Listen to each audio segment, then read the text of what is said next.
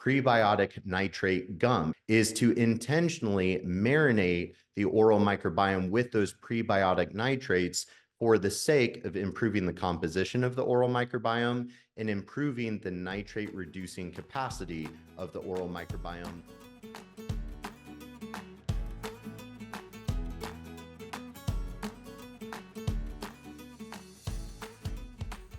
Welcome, everybody. My name is Brendan Vermeire. I'm a functional medicine practitioner, clinical educator and researcher, and I'm the clinical education manager for Berkeley Life and the host of The More You Know series. The More You Know is a monthly webcast designed to bring you hot topics and takes on the importance of nitric oxide and blood flow for optimizing the body's natural healing systems. We encourage you to watch, share, and pause the video to take in all of the information. Do you have a topic that you'd like to see us feature? Reach out to us at info@berkeleylife.com. We appreciate you joining us. Now on to the show. Hi, functional friends. Welcome back to the More You Know series. As always, I'm your host, Brendan Vermeire, and today we're going to be talking about the oral gut microbiome axis. So certainly in episode 2, we talked a lot about the oral microbiome and its implications in regards to cardiovascular health and really a wide range of systemic and chronic disease conditions. So today we're going to continue and expand that conversation in looking at the interface of the oral and gut microbiome axis. So let's go ahead and dig in. So certainly we're going to be briefly discussing the miracle molecule in relation to chronic disease care, including gut health, gain clarity on the role of the microbiome in regulating nitric oxide and how improving nitric oxide regulation also helps us to better regulate gut health and gastrointestinal function. And of course, as always, trying to make sure I'm equipping you with clinical tools and assessments and therapeutic strategies to optimize patient clinical outcomes and really help your patients feel better faster by leveraging the healing power of nitric oxide. So certainly in every episode, I just want to make sure I'm highlighting the role that nitric oxide plays in chronic disease care, because of course, as we can all appreciate, chronic disease is really at epidemic or arguably pandemic proportions, with 6 in 10 Americans having a chronic disease, 4 in 10 having 2 or more chronic conditions. And we see those top 10 causes of death for all Americans. And we see this wealth of literature that shows how nitric oxide is implicated in all of these conditions. So as I said in the last episode, and we'll probably say in every future episode, we have to be paying attention to nitric oxide and the dual role that this is playing in the chronic disease crisis. So certainly, as we always say, really optimizing blood flow. This is the foundation of all healing programs in general. So this is why at Berkeley Life, we're leveraging this miracle molecule to help your patients feel better faster. And I always like to touch on our 2 major pathways to obtain nitric oxide. So this is our more simplified pathway that we've seen in previous episode, but I have something special for you all today in this new episode here because I created this brand new, more comprehensive graphic that is quite a bit more in-depth than the previous image there. So this is a custom graphic that I made in order to break down the nuance and the technicalities of how we produce nitric oxide. Now, certainly in this TED Talk style interview today, we don't have time to go through step by step every mechanism, but this is where, just to briefly recap, most practitioners that are aware of nitric oxide are more familiar with the nitric oxide synthase pathway over here on the left side of the screen, where we're using L-arginine as the substrate, along with many cofactors, including molecular oxygen and bioterin, NADPH, FMN, FAD, magnesium, heme iron, glutathione, so on and so forth. All of this to endogenously manufacture nitric oxide through either the NOS1, 2, or 3 enzymes. Now, as I've said previously, there's a lot of things that can go wrong with the nitric oxide synthase pathway. What if we have NOS polymorphisms? There are genetic SNPs and polymorphisms for NOS1, 2, and 3 that can increase the susceptibility to nitric oxide dysregulation and uncoupling.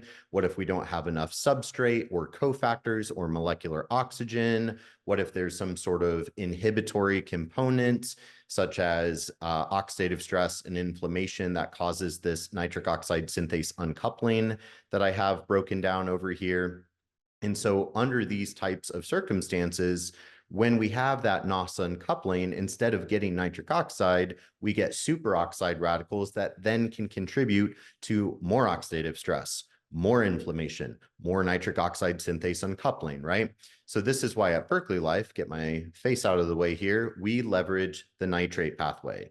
We are using dietary nitrate through our nitric oxide foundation products, and we're using salivary nitrite test strips, right? So we supplement with dietary nitrate and encourage a nitrate-rich diet to make sure that our nitrate reservoir is always full. So that way we can properly reduce nitrate into nitrite, which is what we're measuring on the testing strips, and then reduce that further into nitric oxide.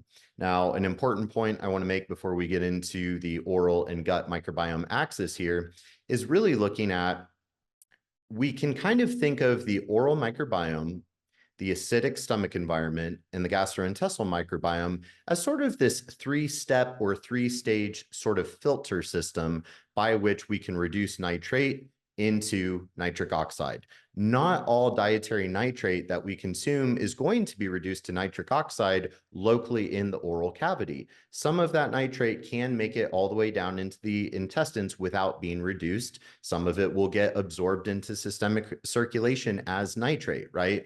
But we have these three stages and opportunities with the oral microbiome that can reduce nitrate to nitrite or nitric oxide, assuming that we have an intact oral microbiome that isn't dysbiotic and has plenty of nitrate reducing bacterial strains.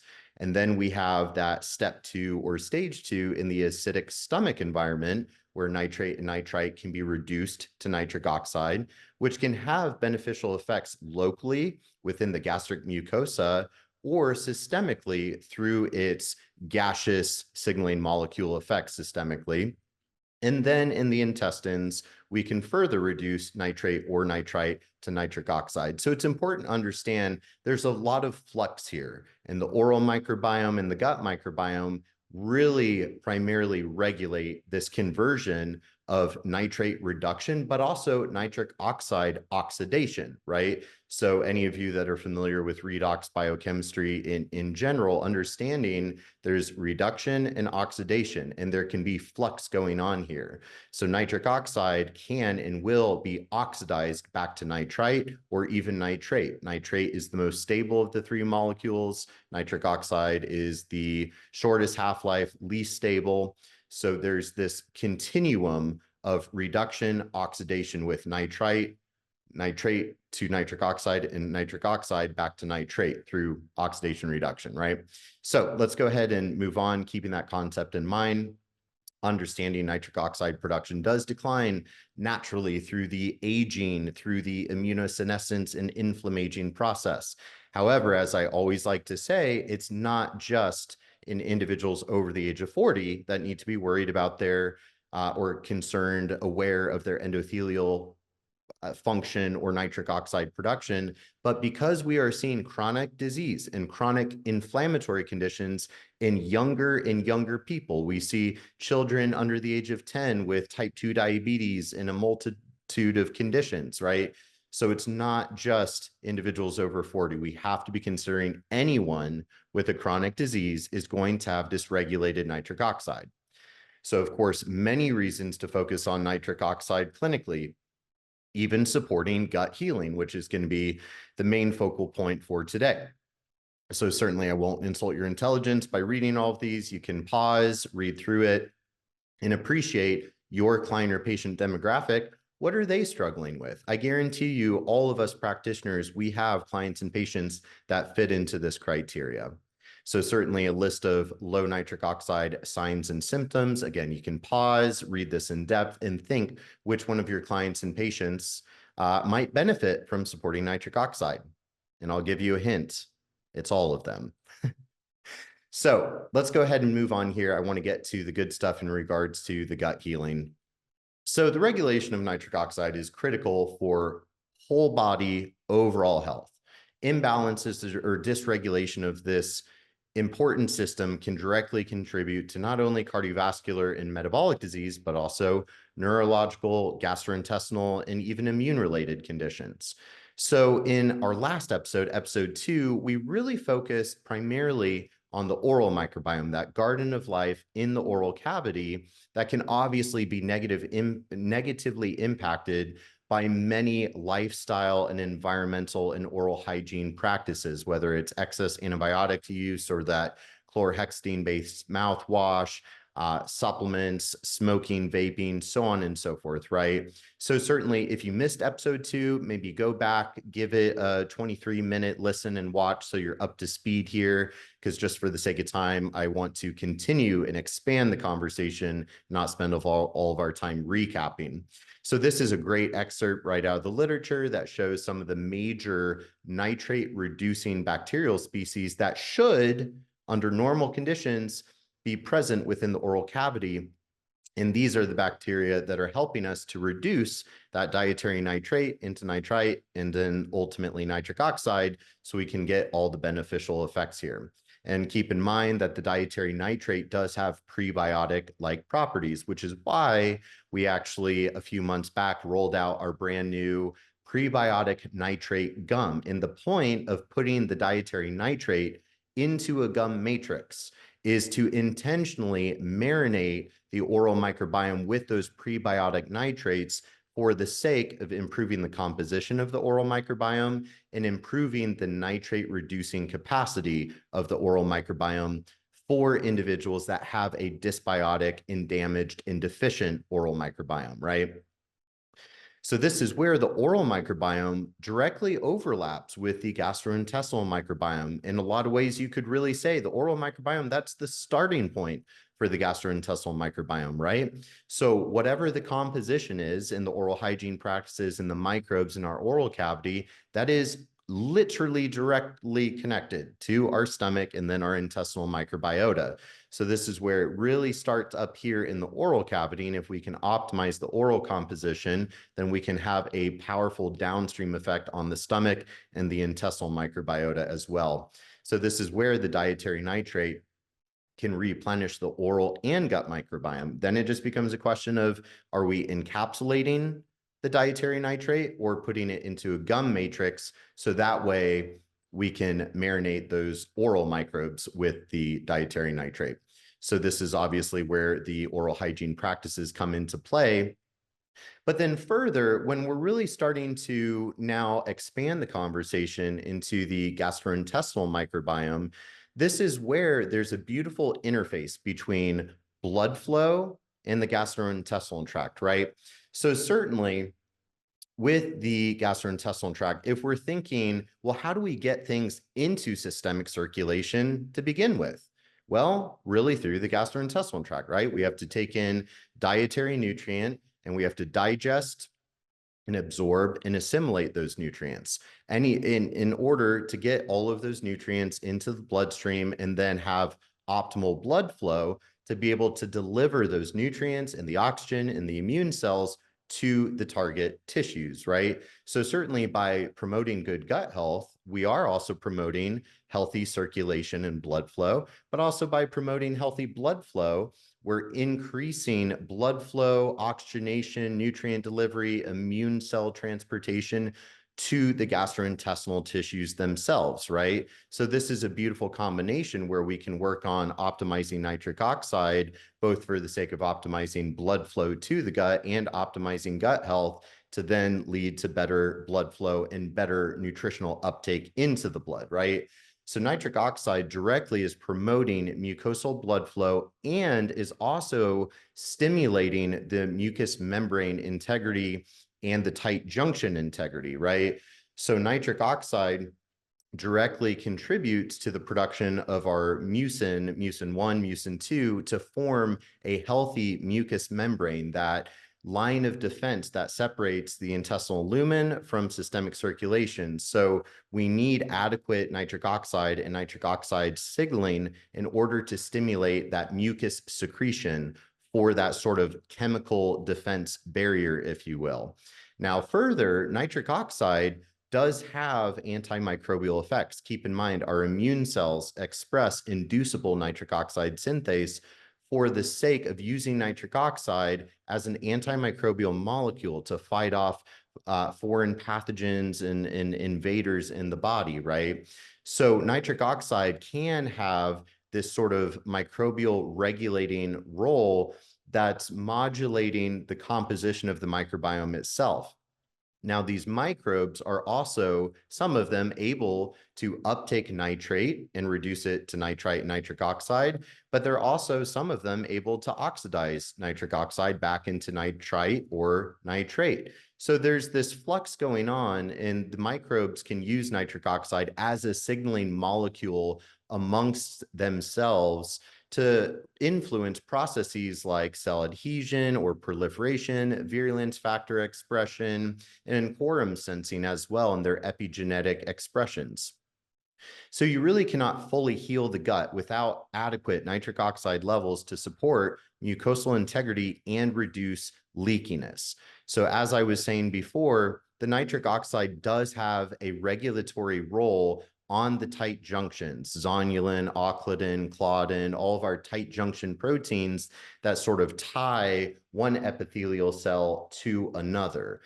Further, the epithelial cells themselves do express inducible nitric oxide synthase, which is the dominant nitric oxide synthase form expressed by immune cells, such as macrophages, for example. So we have to have adequate nitric oxide, not only for the composition of the microbiome, not only for the mucous membrane, but also for the tight junctions themselves. So when we're talking about the detriment of having a dysbiotic gut, a compromised mucous membrane, a compromised intestinal epithelial tissue, or a leaky gut, that then can allow a lot of microbial components, things like endotoxins and exotoxins and mycotoxins and undigested food antigens and toxicants, heavy metals, the list goes on and on. When we have that hyperpermeability, all of these toxins and toxicants and microbial components can translocate across the intestinal lumen into systemic circulation, where then it drives a lot of immune activation and inflammation and oxidative stress. So for example, the lipopolysaccharide endotoxin that is abundant from a dysbiotic leaky gut will translocate, inducing endotoxemia, or sort of a subclinical sepsis, if you will.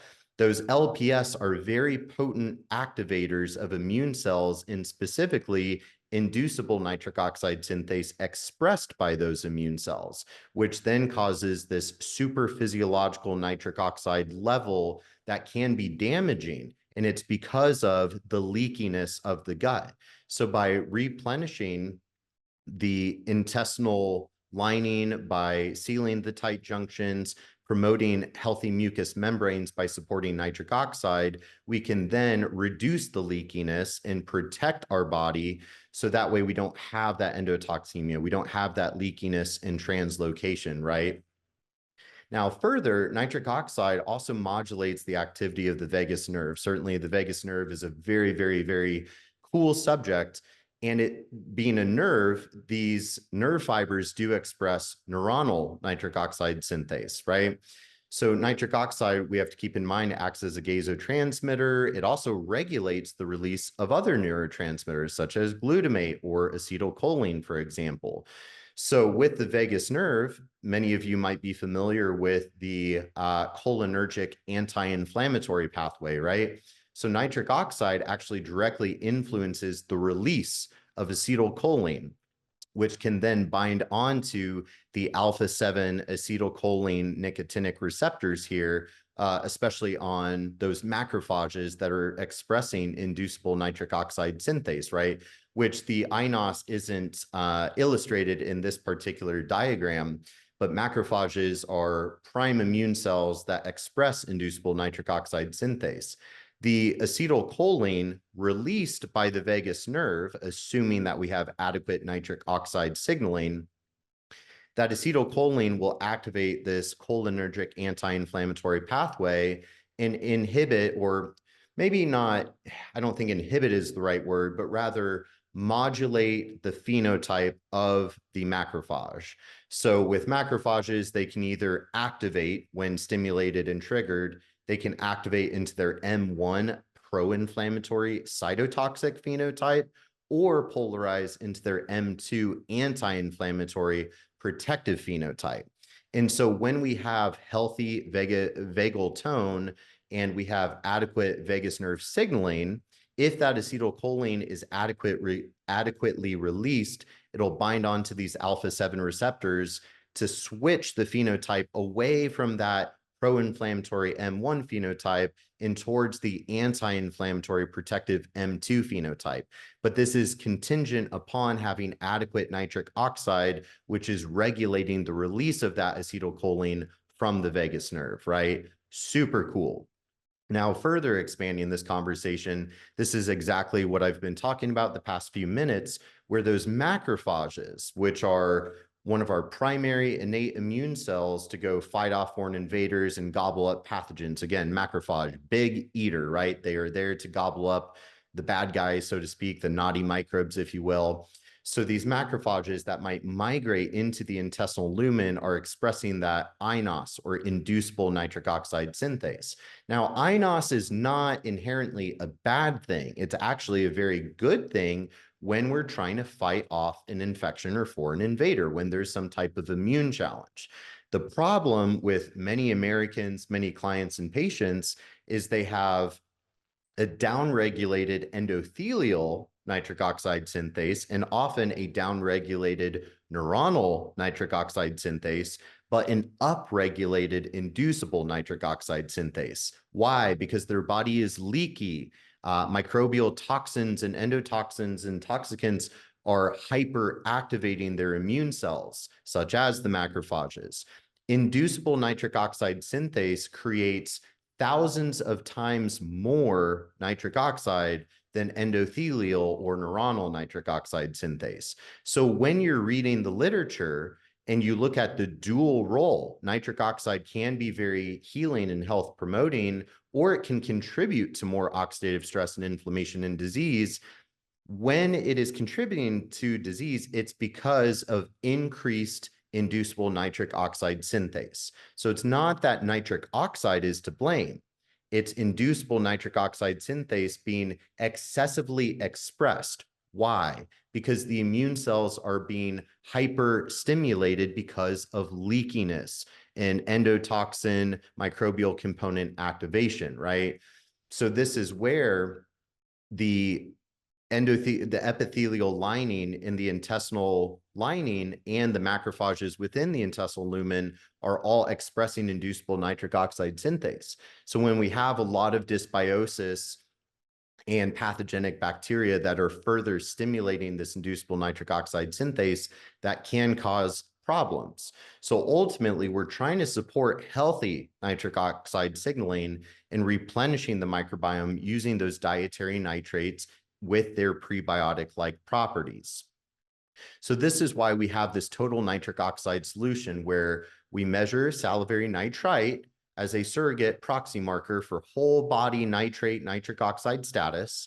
And then we have to build that foundation of dietary nitrate, our nitrate reservoir. We have to have that pool or reservoir of nitrate full, so that way we can dip into it in order to reduce into nitrite and nitric oxide as needed for healthy whole body nitric oxide signaling whenever we need it, which is constantly. I really argue we want a healthy pink strip all day, every day. So test, don't guess, use as many strips per day as you need to maintain adequate levels throughout the day.